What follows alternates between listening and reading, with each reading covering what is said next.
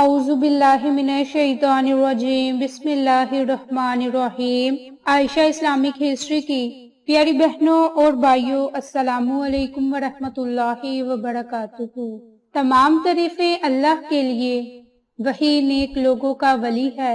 میں گواہی دیتی ہوں کہ اللہ کے سوا کوئی معبود برحق نہیں، وہ یکتا ہے، اس کا کوئی شریک نہیں۔ اور میں یہ بھی گواہی دیتی ہوں کہ حضرت محمد مصطفیٰ صلی اللہ علیہ وآلہ وسلم اللہ کے بندے اور آخری رسول ہیں۔ یا اللہ ان پر اور ان کی آل پر اور تمام صحابہ کرام پر اپنی رحمتیں، برکتیں اور سلامتی نازل فرما، آمین۔ میری بہنوں اور بھائیوں، آج کی اس ویڈیو میں آپ کے ساتھ 10 محرم الحرام کی رات کا خاص عمل اور وظیفہ شیئر کرنے جا رہی ہوں۔ یہ وہ مبارک رات ہے کہ جس رات کے متعلق حضرت امام حسین نے یزیدیوں سے مہلت مانگی اور امام علیہ السلام نے اس رات کو 3 حصوں میں تقسیم کیا۔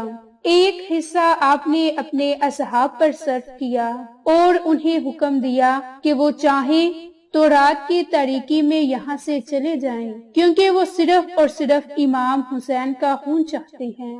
اور دوسرا حصہ آپ نے اپنے اہل و عیال کو دیا اور تیسرا حصہ آپ نے اللہ کی عبادت کرنے میں گزارا۔ میری بہنوں اور بھائیوں، اس رات کی مہلت لینے کا خصوصی مقصد یہی تھا کہ وہ رب تعالیٰ سے رو رو کر اپنے لیے دعائیں مانگیں، ذکر و اذکار کریں، اللہ کو راضی کریں اور پھر اس کے بعد میدان کربلا میں اترے۔ میری بہنوں اور بھائیوں، 10 محرم الحرام کے دن نبی کریم صلی اللہ علیہ وآلہ وسلم کی آن پر قیامت بن کر ابھرنے والا دن یہ عاشوراء کا دن ہے۔ صبح کی نماز با جماعت پڑھتے وقت امام حسین پر پہلا حملہ کیا گیا اور مالون ابن سعد نے کہا کہ گواہ رہنا، حسین پر سب سے پہلا تیر میں نے مارا تاکہ مجھے زیادہ انعام مل سکے۔ اس حملے میں امام حسین کے آدھے جانثار شہید ہو گئے اور تیروں کے سائے میں نماز ادا کی۔ اس کے بعد باقاعدہ جنگ کا آغاز ہوا اور ایک ایک کر کے امام حسین کے جانثار کربلا کے میدان میں جنگ کی طرف جا رہے تھے اور شجاعت سے جنگ کرتے شہید ہو رہے تھے، اور امام حسین ایک ایک کا لاشا اٹھا کر گنج شہداء کی طرف لا رہے تھے اور نماز ظہر تک صرف بنو ہاشم کے افراد باقی رہ گئے تھے۔ تمام اصحاب حسین شہید ہو چکے تھے۔ اپنے سے پہلے انہوں نے خاندان بنو ہاشم کو میدان جنگ میں نہیں جانے دیا۔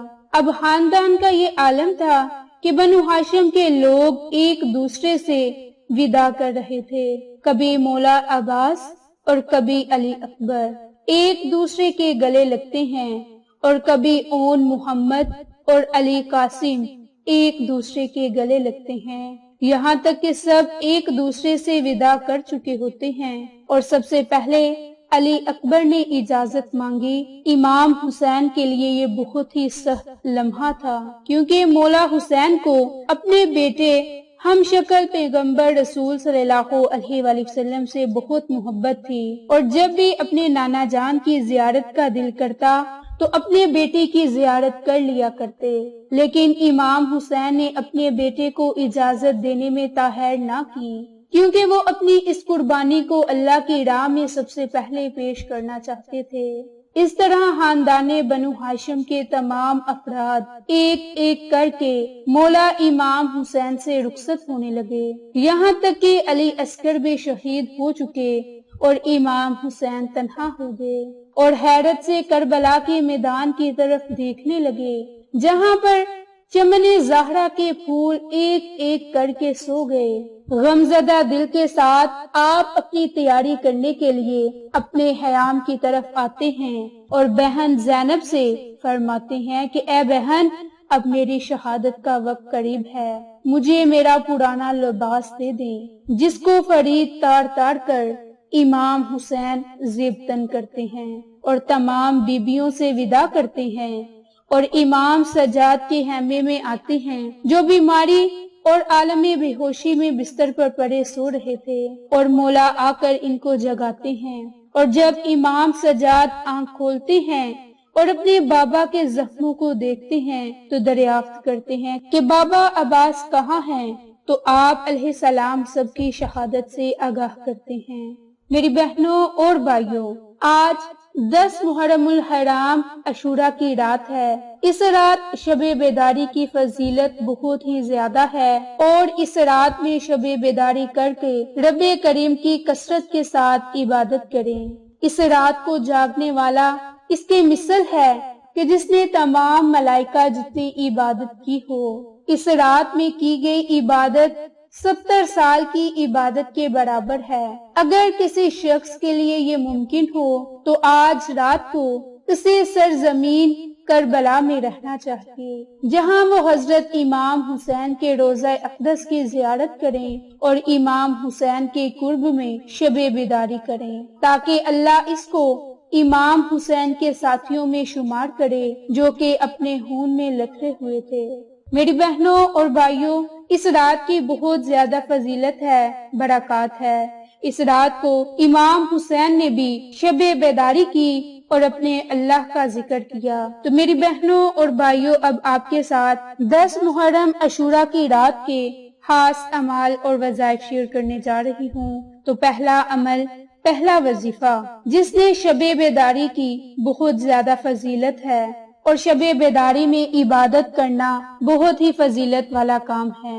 آپ اس رات میں 100 رکعت بھی پڑھ سکتے ہیں۔ جو میری بہن یا بھائی ساری رات عبادت کرنا چاہے، اس سے چاہیے کہ وہ 100 رکعت نماز نوافل پڑھے، اور ہر رکعت میں سورۃ فاتحہ کے بعد 3 مرتبہ سورۃ اخلاص پڑھے، اور پھر جب نوافل ادا کر لے تو 70 مرتبہ ان کلمات کو پڑھے: سبحان اللہ والحمد للہ ولا الہ الا اللہ واللہ اکبر ولا حول ولا قوت الا باللہ العلی العظیم۔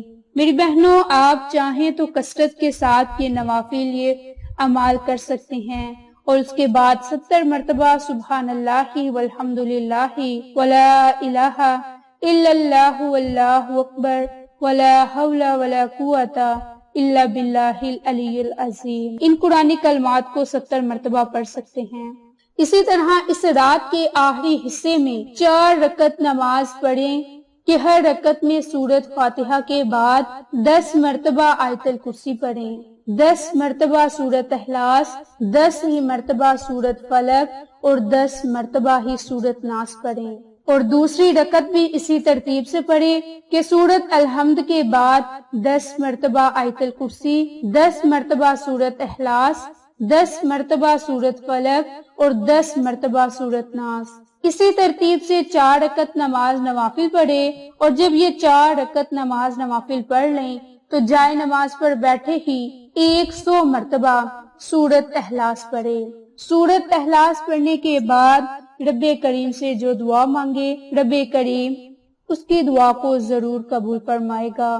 میری بہنوں اور بھائیوں، اسی طرح شب عاشوراء کی 4 رکعت نماز ادا کریں کہ جس کی ہر رکعت میں سورۃ فاتحہ کے بعد 50 مرتبہ سورۃ اخلاص پڑھیں۔ یہ وہی نماز امیر المومنین ہے کہ جس کی بہت زیادہ فضیلت بیان ہوئی۔ ان 3 نوافل میں سے اس رات کوئی بھی نوافل پڑھ سکتے ہیں، جس کی آپ کو استطاعت ہے، جس کی آپ طاقت رکھتے ہیں۔ آپ ان 3 نوافل میں سے کوئی بھی ایک نوافل یا 2 قسم کے نوافل پڑھ کر رب تعالیٰ سے جس جائز حاجت کے لیے دعا مانگیں گے، آپ کی وہ دعا ضرور قبول ہوگی۔ نصیب آسمان پھاڑ دے گا، عرشی خزانے آپ پر کھل جائیں گے، عرش سے آپ کے مقدر کے فیصلے ہو جائیں گے۔ میری بہنوں اور بھائیوں، جیسا کہ آپ سب جانتے ہیں کہ کربلا کی جنگ 9 محرم کو ہونے والی تھی، اور یزیدیوں نے امام کے خیمے کی طرف تیر پھینک کر جنگ کا آغاز بھی کر دیا، لیکن امام حسین نے حضرت عباس کو یزیدیوں کی طرف بھیجا تاکہ ان سے 1 رات کی مہلت لیں، کیونکہ امام شہادت سے پہلے رات بھر اللہ کی عبادت کرنا چاہتے تھے، اور 10 محرم کی رات امام علیہ السلام اور آپ کے اصحاب نے شب بیداری کی، نمازیں پڑھی، قرآن پاک کی تلاوت کی، ذکر الہی کرتے ہوئے آپ نے اس رات کو گزارا۔ اور کچھ جگہوں میں تو 10 محرم کی رات مومنین شب بیداری تو کرتے ہیں، لیکن نماز اور عبادت کی بجائے دوستوں کے ساتھ گپ شپ میں گزار دیتے ہیں۔ لہٰذا مومنین کو چاہیے کہ امام حسین اور ان کے اصحاب کی طرح 10 محرم کی رات نماز، قرآن اور ذکر الہی میں گزاریں اور فضول گفتگو سے پرہیز کریں۔ میری بہنوں اور بھائیوں، آپ کو یہ ہماری ویڈیو پسند آئے تو اسے لائک، شیئر اینڈ سبسکرائب کریں۔ جزاک اللہ۔